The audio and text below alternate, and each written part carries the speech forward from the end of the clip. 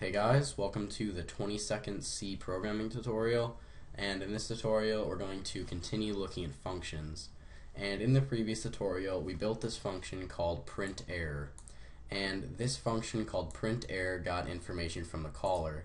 Specifically, it got a character array and an integer. Now let's say that we wanted to make our function give information back to the caller. So let's say that we wanted our function to do some sort of calculation and then give the answer to that calculation back to the caller. So let's just say that we wanted to make a function that would add two numbers together and then just give their sum back to the caller. So what we're going to do right here is just create the prototype for that function. So I'm just going to go up here and create the prototype right next to my other one. And the first thing that I want to do is just write out the type of data that I'm going to be giving back to the caller. And I'm going to be giving an integer back to the caller since it's going to be the sum of two numbers. So I'm just going to go ahead and type int. And then following that, I'm just going to want to go ahead and name my function. I'm going to go ahead and call it add since that's what our function is going to do. It's just going to add two numbers together. And our function is going to need to take two parameters, specifically the two numbers that we add together. So it's going to take one integer, so I'm going to call it int num1, and another integer, so I'm going to say int num2. Alright, and then I'm going to go ahead and end that line with a semicolon. Alright, so now that we've got the prototype built for our function, let's just go ahead and copy this prototype and actually build the code for the function itself.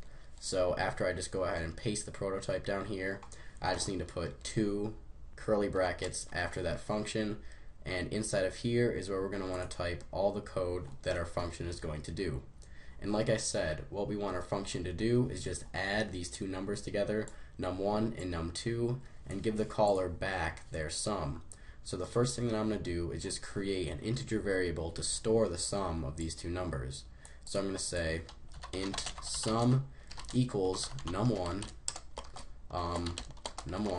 plus num2.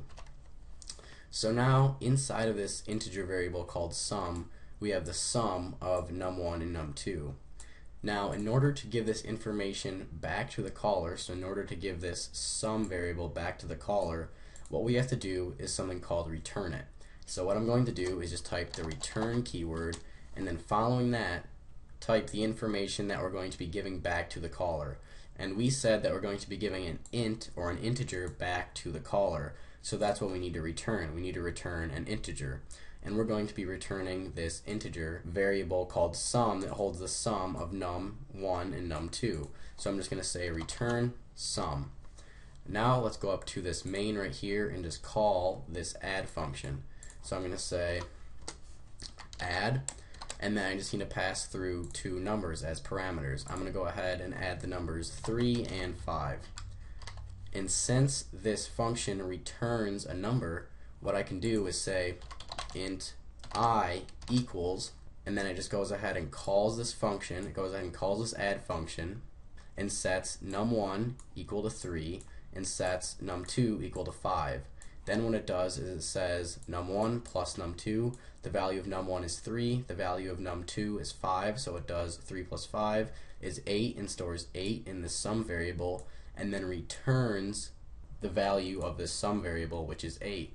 So now what it does is it sets I equal to 8.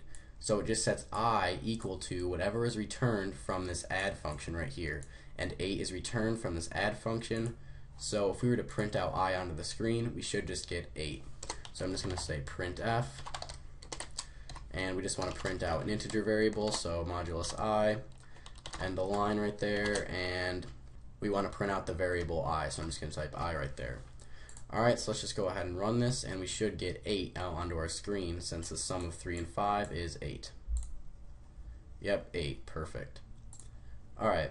So let's just say we wanted to add two other integers together, like 10 and 2, and we should get 12. Alright, perfect, it works. Now let's just say that we wanted to make another function that multiplies two floats together and gives a float back to the caller. So let's just go ahead and build a function for that. So again, we're going to be giving information back to the caller. So we're going to have to type float since we're going to be giving a float back to the caller. and we're going to be multiplying two numbers in this function. So I'm just going to go ahead and call this function multiply, and this function is going to take two parameters, the two numbers that we want to multiply together. So I'm going to say float f1 and float f2. Alright, so now we basically just built the prototype for our multiply function. So let's just go ahead and copy this prototype, paste it down here, and then after that put two curly braces, and inside of these curly braces is where we're going to want to type all the code that our function is going to do. And like I said, we just want our function to multiply these two numbers together and then return their product. So give that product back to the caller. And in this function right here, I basically created a separate variable called sum just so you could see this better, but we can actually avoid creating another variable. We can actually just go ahead and do return and then f1 times f2. So basically what it's going to do is it's just going to multiply f1 and f2 together and then return their product back to the caller. So let's just go ahead right here and call this multiply function. So I'm going to say float f equals multiply, and then we're just going to have it multiply together 2 and 3. So now basically what it's going to do is it's going to see this multiply function right here and come down here to our multiply function. It's going to set f1 equal to 2 and f2 equal to 3.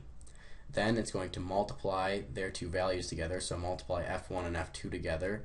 f1 is 2, f2 is 3, so the product of 2 and 3 is 6. So it's going to return that 6 back to the caller, and it's going to store 6 in this float variable called f.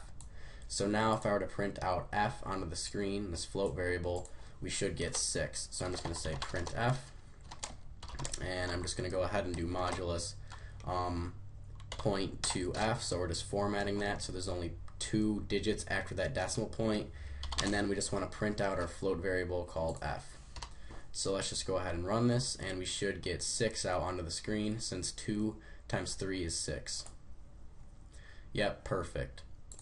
Alright, so before I end this tutorial, let me just go ahead and explain why we put void for the first function that we created. So the first thing that you type when you create a function is actually called the return type.